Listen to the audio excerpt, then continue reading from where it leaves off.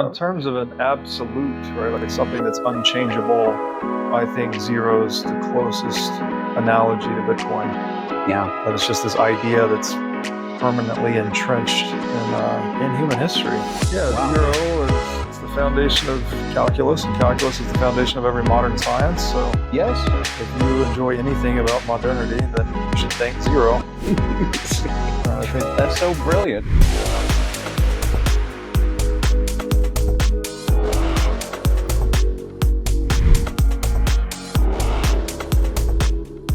We're live here in Miami this afternoon. We're joined by our good friend, a new Miami local. Is that fair to say? yes, new resident as of November. Is it Dr. Breedlove yet? No, I do not have a doctorate. I just want to call you the doctor because somehow you're always operating, dicing things up, slicing and getting things done. Robert, it's really nice to see you in person, and we really appreciate you coming to hang out with us here. Well, let me ask you simply, how do you like being here in Miami?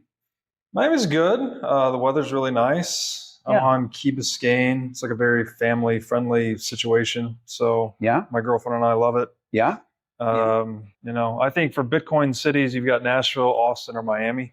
mm-hmm. And I was actually in Nashville last year. I'm from Tennessee. I don't like wintertime. I thought I'd give it a shot again, but it didn't work. So now I'm in Miami. So we can't get you to come out skiing with us sometime?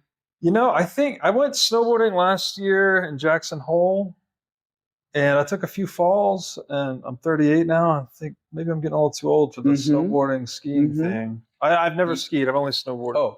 I'm old enough where I use water. that term interchangeably. Okay. Ski means pretty much anything in the snow. Got it. Snowboarding, telemark. I prefer surfing. I prefer Downhill. water sports, for sure. Well, you may recognize the similarity in the motion, right? You're on one edge at a time, making the maneuvers. Yeah. You just have the waves moving, the mountains not, but you can still carve a similar track. I don't know. I'm not that great at either one, but the falls and surf aren't as brutal. Yeah, nearly, huh? Yeah. As long as a skag doesn't come and take out your eyebrow or something. Exactly. Very freedom loving, obviously, here. So that's a big plus. Well, I was going to segue towards that. Do you feel like the culture is a great fit, which would perhaps include the sensibility of money and the Bitcoin culture and all? Yeah, so I grew up in Tennessee. So I think red states are a good fit for me. Yes, to generalize up to the red state, you're right. Yeah. Having lived in the past 12 years, I lived in Las Vegas, Los Angeles, and Hawaii. Wow. And so I think getting What are you, back, in the military or something? No, just chasing the sun. Yes. I like the sanity, I think, of red states. Yeah, especially it really post-COVID, comes through, doesn't it? I saw the insanity unfold in Los Angeles when I was there. Yeah. And I don't want to be around that again. So yeah. No, me too, brother. I was in beautiful Lake Tahoe. Yeah. And Love Lake Tahoe. working I do too. It's where I grew up and born and raised and the whole thing. Working as a ski patroller person, getting out there, having good fun with people, living the big life in the mountain and all the snow. Yeah. Loved it. It was my entire life. And then, of course, came the Great Plague, swept over the land and suddenly shut down all the healthy outdoor things to do, right? Yeah. It was sort Unless of... you just turned off the TV, then the plague was over. Yeah, it was... anyway, Or if you that's a whole other story. Or if you came to Florida, or if you came to Tennessee, or you came to Texas. Yes. It was over. Yes. Yeah, I know. It was so wild. Yeah. But I feel pretty blessed. I mean, it was a great place to grow up and all my good roots and things like that. Yeah. Putting a little college time, like staying in Southern California, which is a crazy place. Yeah.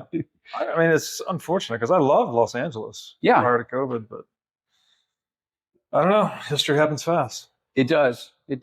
Well, I certainly appreciate your show. Thank so you. silly to say. Well, silly to say. I'm a fan, clearly. Thank you. But you're you've put in the work. You are the proof of work. Doing my best. Yeah. Well, can you give us a sense of what's next for you? Do you feel like you've hit a plateau? You're just in your prime. There's something great just around the next corner that you can talk about, Jake? Part of moving to Miami was really to set up this in-person studio and bring on an executive producer like Jake so we can take the show to the next level. Okay. So over the past year, there's basically two strategies for podcasting. You can either travel the world and go to these conferences and interview the speakers. Yeah. Or you can have a home studio and bring the speakers to you. Yes. Or the guest to you, rather. Mm-hmm. I did Strategy 1 last year, and it was too much travel, too much time on the road. So doing Strategy 2 this year, I think it's a better fit. Get better guests here. Yeah. And then I get better too because I'm living on a routine, a good regimen. And, right. Hopefully that comes through. Right. Well, I'm sorry, that's my little critter right there. I met the little critter. That's Gigi and Suzanne. I met Gigi. Hi, Gigi. Well, I appreciate. Aw. She just wants to get out and play. Gigi.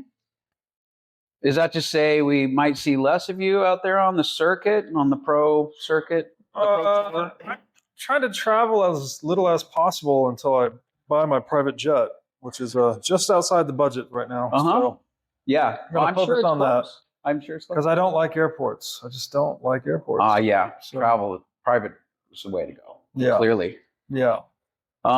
Well, I feel like it's funny kind of being I liken it to being a carny sometimes where we go and travel around all these different shows doing this and that. It's it's fun. It's because it's part of the culture, which I love it. Yeah. But is that to say that is there a different level of fulfillment for you when you're kind of in phase 2, like you say, where you've got your spot and you kind of bring the talent to you to do your thing in the studio? Well, I would say it's TBD. I mean, I think I'm more of a homebody. I'm a person that's good on a routine and regimen. So I hope that comes through in the work. And then also in person is much more electric. It's, Zoom is cool. I thought when I started the podcast, I'm an audio only consumer. I'm not a guy that'll sit there and watch a video. But it turns out most people really enjoy watching a highly produced video. So I'm responding to that kind of market feedback, and the videos that have a lot of production quality and are in person, there's a different energy and they tend to do a lot better. So I'm leaning into that feedback and hoping to take the show to the next level. Well, good. I'm looking forward to seeing that unfold. In fact, I got to give you props. Like I went out and bought that book about the history of the zero. Oh yeah, there's 2 of them. Which one did you buy? Charles Seif, History of a Dangerous Idea? Yes. Yeah. That one. It's a great book. Because I love that whole discussion, like somehow just got me on the edge of my seat. Yeah. I'm like an old math engineer type and stuff, and I love that whole thing. Probably one of the best books, modern books written. I think. Yeah. Well, it was fascinating, and I love the connection that you made, about the way Bitcoin occurs to people or occurs to us now as a civilization, a similar type of landmark in history. Yeah. In terms of an absolute, right, like something that's unchangeable, I think zero's the closest analogy to Bitcoin. Yeah. That it's just this idea that's permanently entrenched in human history. I mean, I guess you could argue too, there are some religions that might fit that. But mathematics has a utility to it, a very practical utility that is definable, and the products of it are demonstrable in a way that religion is a little less clear. So zero is the foundation of calculus, and calculus is the foundation of every modern science. So if you enjoy anything about modernity, then you should thank zero. I think that's so brilliant. I think Bitcoin. Did you get a good traction on that? At least that episode or something? That's my most popular written work. I checked out on it for sure. It's a 40-minute essay that I wrote. Oh, forgive me. You wrote it first, and then you did your. I wrote it in 2019, maybe. I can't remember the year actually. And then I did a series discussing it. Yeah. All right. Forgive me. I'm catching up on your. This is something else. Like I've learned, because I'm a reader, but I've learned that people appreciate audio and video content predominantly. So that's a huge opportunity for me, because I get to read all these nerdy books no one wants to read, and then I get to talk about them. All right. And so I have infinite content just by going into old nerdy books. Well, I do appreciate hearing you and seeing you, and I'll just say that from a person that was dyslexic and struggled in school, to consuming the written word was a little bit slow, painful process for me. Yeah. I love things that were more sort of in action. And, cool. And I kind of always gravitate towards it. I mean, whether you call it like learning styles or whatever. Yeah. So that's played out as a big theme for me. So it's easy to consume those things now. That's awesome. But I try. I got the book thanks to you. That's awesome. And I have to work on it. I got a bookmarks in a couple of books at the same time. That's just the way life turns out for me right now. Very cool. But we all have our different styles and we all have a role to play. So I'm happy to be part of your journey. Thank you, Robert. How do you find that you have a great sense of sort of philosophical, like that connection in life. I'm not articulating this very well. That's how you occur to me in some ways. That's what I've been called. Yes. Well, do you like it, or is it accurate, or is it feel like? So my friends growing up always made fun of me and said I was incapable of small talk. Okay. So I think I have a philosophical inclination. Let's say. Yeah. Well, I was also ferociously curious as a kid, to the point where my mom was like, "Okay, you go read these books now. Like, I'm not answering your questions anymore." And so she set me on that path, I think, of feeding my curiosity, mom, right? Reading. Yeah. Mm-hmm. So very fortunate that I've grown up and been able to turn nerding out into an occupation. Yes.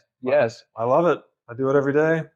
And at the prospect of you becoming a parent, a father, right? You can imagine. I have a daughter. She's five and a half years old. I'm sorry. Going to have a lot more. Hopefully. Yeah. Okay. So I misheard you. That's been part of growing up too. Becoming a father. That'll certainly force you to get your shit together pretty quick. That's right. Yeah, it's a massive difference in they're everything. A perfect reflection of you back to yourself, right? And you get to see what it's like when a human comes online, and then everything you do that you would rather not do, they're a perfect mirror of that back to you. And it's been a very humbling yet so deeply meaningful and enjoyable experience to become a parent. Nothing like it, huh? Yeah. So I'd be curious, like that journey, like conservative, Christian home, I've heard you say that, like, you read the Bible. Yeah. So I just wanted to know what that journey is like. I also saw like Richard Dawkins. So yeah. Just like yeah. Speak to that. Yeah, so I grew up, my aunt and my uncle were very religious. So we spent a lot of time with them.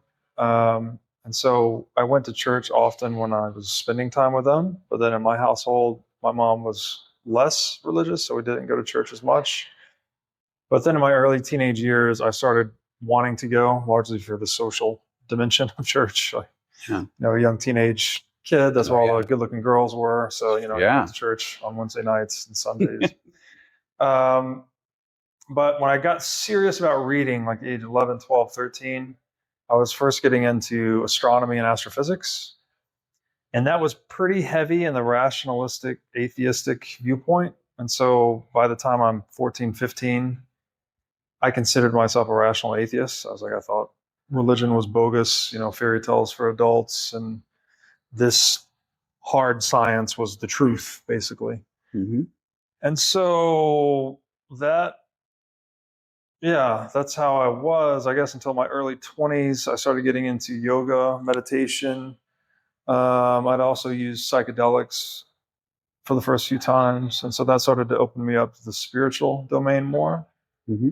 And then I got very serious about yoga for about 11 years. Also had an on and off meditation practice that was pretty serious.